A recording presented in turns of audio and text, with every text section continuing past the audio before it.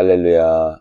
버티컬 새벽 예배에 나오신 우리 성도님들을 주님의 이름으로 환영하고 축복합니다. 이 시간에는 자기 백성의 원수를 친히 갚으신 하나님이라는 제목으로 은혜의 말씀을 나누겠습니다. 에스겔 25장 12절에서부터 17절까지의 말씀인데요. 우리 함께 봉독하도록 하겠습니다. 주 여호와께서 이같이 말씀하셨느니라. 에돔이 유다 족속을 쳐서 원수를 갚았고 원수를 갚음으로 심히 범죄하였도다. 그러므로 주 여호와께서 이같이 말씀하셨느니라. 내가 내 손을 에돔 위에 펴서 사람과 짐승을 그 가운데에서 끊어 대만에서부터 황폐하게 하리니 드단까지 칼에 엎드러지리라. 내가 내 백성 이스라엘의 손으로 내 원수를 에돔에게 갚으리니 그들이 내 진노와 분노를 따라 에돔에 행한즉 내가 원수를 갚음인 줄을 에돔이 알리라. 주 여호와의 말씀이니라. 주 여호와께서 이같이 말씀하셨느니라. 블레셋 사람이 옛날부터 미워하여 멸시하는 마음으로 원수를 갚아 진멸하고자 하였도다. 그러므로 여호와께서 이같이 말씀하셨느니라. 내가 블레셋 사람 위에 손을 펴서 그렛 사람을 끊으며 해변에 남은 자를 진멸하되 분노의 책벌로 내 원수를 그들에게 크게 갚으리라. 내가 그들에게 원수를 갚은즉 내가 여호와인 줄을 그들이 알리라 하시니라. 아멘. 함께 기도하겠습니다. 사랑의 하나님 감사합니다. 이 새벽에도 주님의 존전을 사모하는 마음으로 나왔습니다. 이 시간 예배할 때 주님의 어미한 말씀을 가슴으로 받게 하여 주시고 오늘 우리에게 허락하시는 귀한 말씀을 우리가 가슴에 담고 오늘 하루를 살아가고 우리 삶의 지표로 삼고 생명으로 삼고 살아가는 우리 버티컬의 모든 성도님들 되게 하여 주시옵소서. 예배의 시종일관을 주님께 의탁드리며 예수 그리스도의 이름으로 기도드립니다. 아멘. 어제 에스겔 말씀을 통해서 암몬과 모압 그리고 세일에 대한 심판에 대해서 나누었습니다.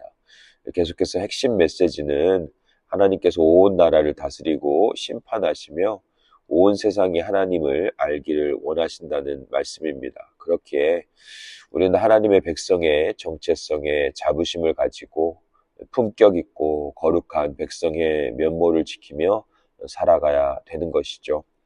또한 하나님은 하나님의 백성의 눈물을 닦으시고 친히 위로하시며 풍성한 은혜를 주신다라고 이렇게 말씀을 나누었습니다.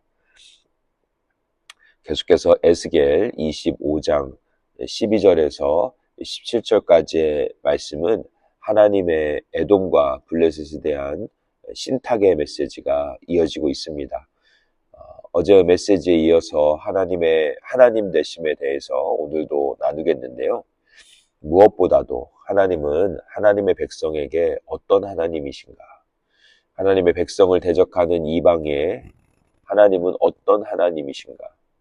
우리가 하나님의 백성으로 살아가기 위해서 필요한 신앙의 자세는 무엇인가에 대한 세 가지 질문에 대해서 나누도록 하겠습니다.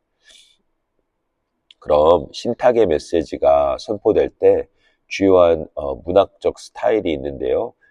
다시 한번 살펴보자면 12절에 주 여호와께서 이같이 말씀하셨느니라 라는 말씀으로 신탁의 새로운 메시지가 선포되고 17절에 내가 여호와인 줄을 그들이 알리라 하시니라 라는 끝맺음으로 신탁의 메시지가 기본적으로 전달되는 것을 알 수 있습니다. 이 사실을 염두에 두고요. 이 12절 말씀을 보면 에스겔이 여호와 하나님께 받은 메시지는 에돔이 유다 족속을 쳐서 원수를 갚았고 원수를 갚았던 행위를 범죄로 규정하고 경고하고 있습니다.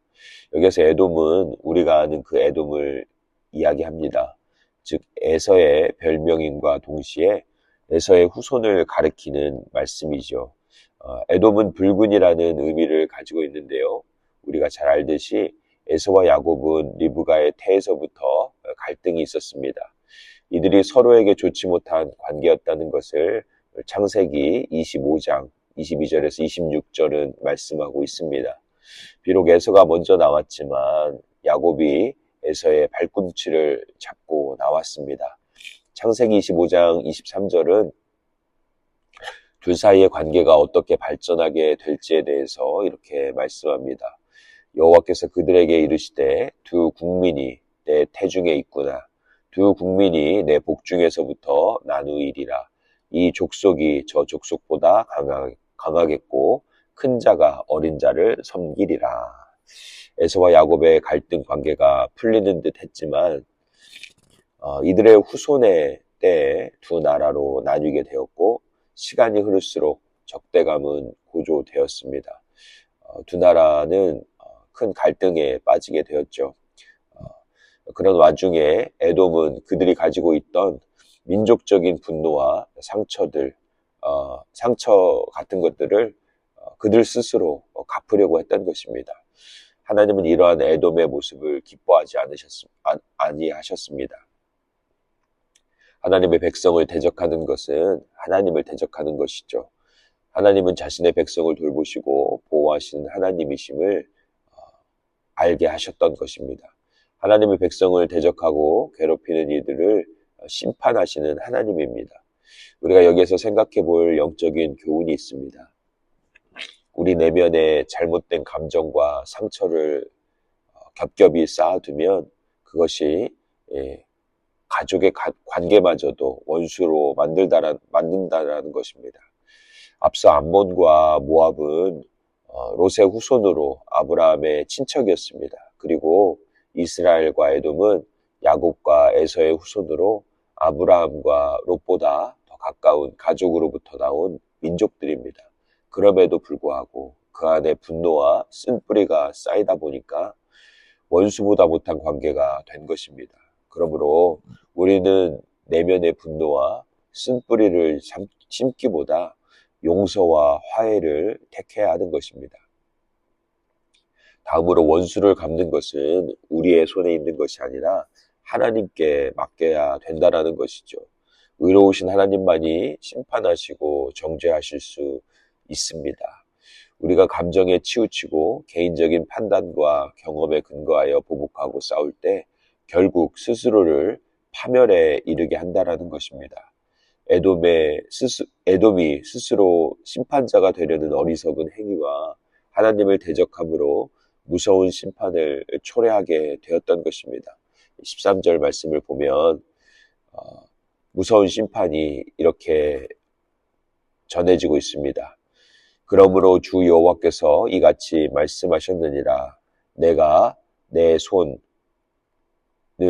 에돔 위에 펴서 사람과 짐승을 그 가운데에서 끊어 대만에서부터 황폐하게 하리니 드단까지 칼에 엎드러지리라. 에돔은 스스로가 심판자가 될 줄 알았습니다. 그러나 궁극적인 심판자는 하나님이라는 것을 알 수 있습니다. 24절에 하나님은 이스라엘을 심판의 도구로 사용하시지만 하나님 스스로가 심판자이시고 에돔이 대적한 것은 하나님이라는 사실을 그들에게 고발하고 그들에게 낱낱이 보여주고 계시는 것입니다. 여기에서 내가라는 말이 5번이나 반복이 되는데요. 그만큼 하나님께서 에돔의 일을 기뻐하지 않으시며 하나님께서 친히 원수를 갚으시겠다는 결연한 의지를 보여주고 있는 것입니다. 그러므로 로마서 12장 19절은 이렇게 말씀합니다. 내 사랑하는 자들아 너희가 친히 원수를 갚지 말고 하나님의 진노하심에 맡기라. 기록되었으되 원수 갚는 것이 내게 있으니 내가 갚으리라고 주께서 말씀하셨습니다. 우리가 원수를 갚고 내가 받은 상처를 갚으면 속이 시원할 것 같지만 사실 화를 품고 분노를 품는 순간 가장 큰 상처와 희생자가 되는 것은 자신 스스로라는 것을 우리가 알아야 됩니다. 그리고 이 분노의 불길은 그 안에만 머물지 않고 이웃을, 공동체를, 사회를, 나라를, 민족을 파괴하는 잡히지 않는 들불처럼 번지게 되는 것입니다. 우리가 잘 아는 아돌프 히틀러의 유대인에 대한 증오는 600만 명이 넘는 유대인들을 학살하는 홀로코스트를 야기한 것을 역사는 지금도 증언하고 있습니다. 또한 우리는 스스로 심판자가 될 수 없는 하나님의 공의와 사랑이 필요한 존재임을 겸손히 인정해야 합니다. 그리할 때 하나님의 심판대 앞에 설 때 공의의 은혜를 덧입게 되어 있습니다. 그리고 불의한 일을 당할 때 하나님께서 직접 갚아주시는 줄 믿습니다. 15절부터 언급되는 블레셋도 마찬가지입니다. 블레셋은 함 계통 가술루임의 자손인데 이들이 애굽에서 람세스 3세에게 패전한 이후에 팔레스타인 지방에 정착하면서 이스라엘과 적대적인 관계가 형성이 되었습니다. 블레셋은 끊임없이 이스라엘을 대적하였고 하나님을 두려워하지 않았습니다. 하나님인 이스라엘의 고통을 돌아보시고 블레셋의 죄악을 심판하기에 이른 것입니다. 심판의 이유는 이것입니다. 블레셋 사람이 옛날부터 미워하여 멸시하는 마음으로 원수를 갚아 진멸하고자 하였다라고 15절에 기록되어 있습니다. 그리고 그 심판의 내용을 이렇게 밝히고 있는데요. 그러므로 주 여호와께서 이같이 말씀하셨느니라. 내가 블레셋 사람 위에 손을 펴서 그렛 사람을 끊으며 해변에 남은 자를 진멸하되 분노의 책벌로 내 원수를 그들에게 크게 갚으리라. 16절에서 17절까지의 말씀입니다. 하나님의 백성은 원수 갚는 것이 하나님께 있음을 믿고 하나님께 맡겨야 합니다. 그러면 하나님이 갚아주시는 것입니다. 그리고 우리의 마음에 불타오르는 분노와 쓴뿌리는 오히려 우리를 해롭게 합니다. 하나님의 은혜를 누리는 가장 현명한 방법은 우리가 용서받은 것처럼 다른 이를 용서하는 것입니다. 물론 쉽지 않습니다. 그러나 죄가 없으신 분으로 하나님을 대적한 죄인을 용서하시기 위해서 자신의 목숨을 내려놓으신 예수님을 생각할 때 우리는 용서의 한 걸음을 걸어갈 수 있습니다. 사랑하는 성도님들, 우리가 하나님의 하나님 되심을 아는 것은 하나님이 하나님의 백성을 돌보신다는 것을 신뢰하는 것입니다.